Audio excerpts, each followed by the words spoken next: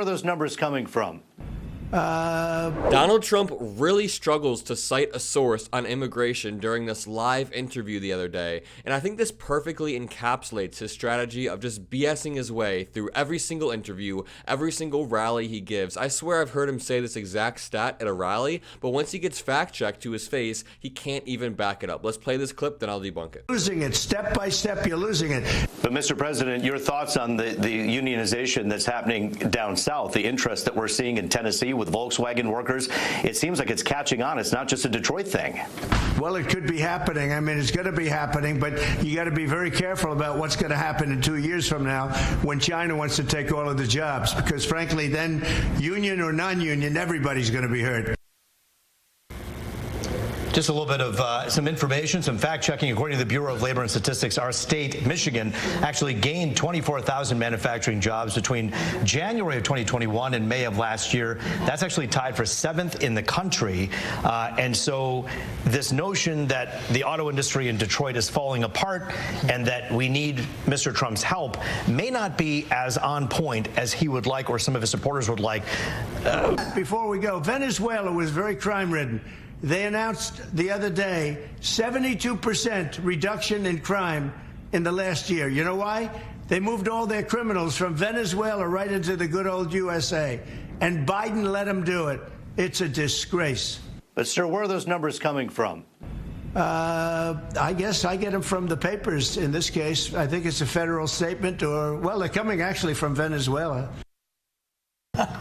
All right, so that soundbite obviously has made its rounds across many circles. I want to go right to a supporter of former President Trump, Jim Runstead.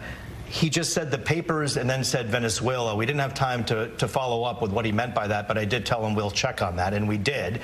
And the crime rate, according to the Interior Ministry in Venezuela, the crime rate has fallen by about 25% at some approximations, and the reason is because they've consolidated crime, and they also have done some other measures. It has nothing to do with migration.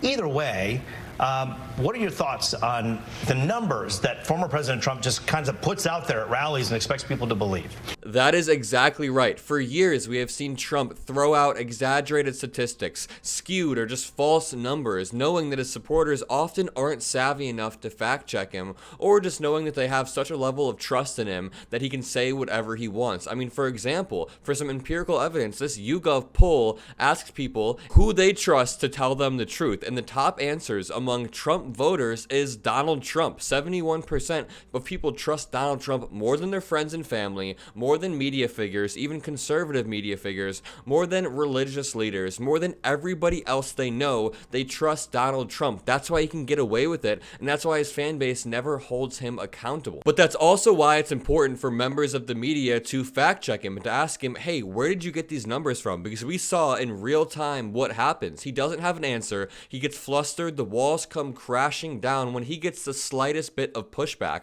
We saw him jump from source to source, and everything he said was wrong. But to fact check him further, this PolitiFact article says, when Donald Trump claims crime is down in Venezuela by 67% because they're taking their gangs and their criminals and depositing them very nicely into the United States, this is false. It is very, very false. And they're taking this from a rally about a month ago where Donald Trump said that crime was down 67%, but in this new interview, he says 72%, which just shows he's throwing stuff at the wall and hoping that something sticks. He's just literally changing his numbers in real time. But this article says from 2022 to 2023, there was a 25% drop in violent deaths. Notice how that's very far from his 67 or 72%. There was a 25% drop in violent deaths, homicides, deaths resulting from police intervention, and deaths under investigation, according to the Independent Venezuelan Observatory of Violence. But criminologists in Venezuela said the decline is because of the country's poor economy, mass migration, and the government's extrajudicial killings, not the government emptying prisons, especially not the government emptying prisons into America. That doesn't even make sense. I have another clip of Donald Trump talking about states' rights when it comes to abortion and kind of skirting around the answer as he always does. Let's play this clip, then I have a few more. Give people an idea as to what's going on. Are you following your convictions or following the polls? No, I'm following my convictions, and what we're doing is with states' rights. Really quickly, this is just another prime example of Donald Trump's inability to stake out an actual policy position when he knows that it could harm him. He's been going down this road of states' rights, leave it to the states over and over, but what this does is it leaves each state to take the most extreme action. I mean, we saw in Arizona, they reverted back to a law from 1864. Now I think they've appealed that, but when Donald Trump says leave it up to the states, he is letting each state, especially the red states, do the craziest thing possible. He even said he would be okay with state officials tracking people's pregnancies or even tracking women's periods, which is terrifying. I mean, we have seen Donald Trump and the MAGA movement cause so much Democratic backsliding in America, and now they're just open with it. They're completely open with their intentions. Speaking of, I have a really good clip from the guy who wrote the recent Time magazine article where he interviewed Trump. His name is Eric Cordelessa, and he talks about Donald Trump's authoritarian roadmap and how we lose our democracy. This is a great clip. Watch it. He wants to go into a second term and consolidate power into the office of the presidency so that he can remove the guardrails that stood in his way from implementing his agenda the last time he was in office. What Donald Trump was conveying to me was that he would not be inclined to hire anyone who has come out and admitted that Donald Trump lost the last election.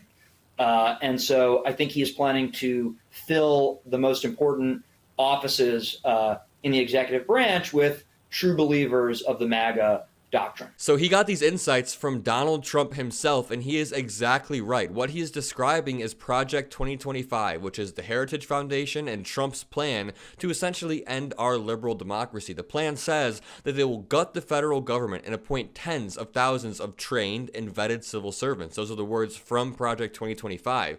And when they talk about trained and vetted, they're probably going to copy the model that they're using with the RNC, where they gutted the RNC and any new hire has to believe the 2020 election was stolen. And if you believe the 2020 election was stolen, you're already so far gone from reality, so checked out, and you're already one of these Trump loyalists. So after he appoints these tens of thousands of loyalists and he embeds loyalists in other agencies like the FBI, the DOJ, all of the three-letter agencies that he's been attacking, he is then free to erode every single norm in the book. And if the supporters below him continue to erode norms as well, he can just say that he will pardon them in the same way that he'll pardon the so-called hostages. They have this step-by-step plan, this blueprint all laid out to turn our country into a Christian theocracy, to turn our country into something like Hungary, like Viktor Orban's model, or even Russia. It is absolutely terrifying, and we all need to be on high alert because whether we like it or not, a lot of the swing state polling is neck and neck right now. And I guess a lot of people say polling doesn't really matter until Labor Day, which is early September, but it should scare everybody that the dude who is in court is actually polling at the same level as our president, who just might be a little bit old. But people actually want to give our country away to a wannabe dictator because Joe Biden has a stutter sometimes on stage and it makes him look old. It is absolutely mind-boggling. But either way, if you made it this far in the video, make sure to leave a like, comment a blue heart, subscribe. Most importantly, have a great Friday, everyone. Have a great weekend.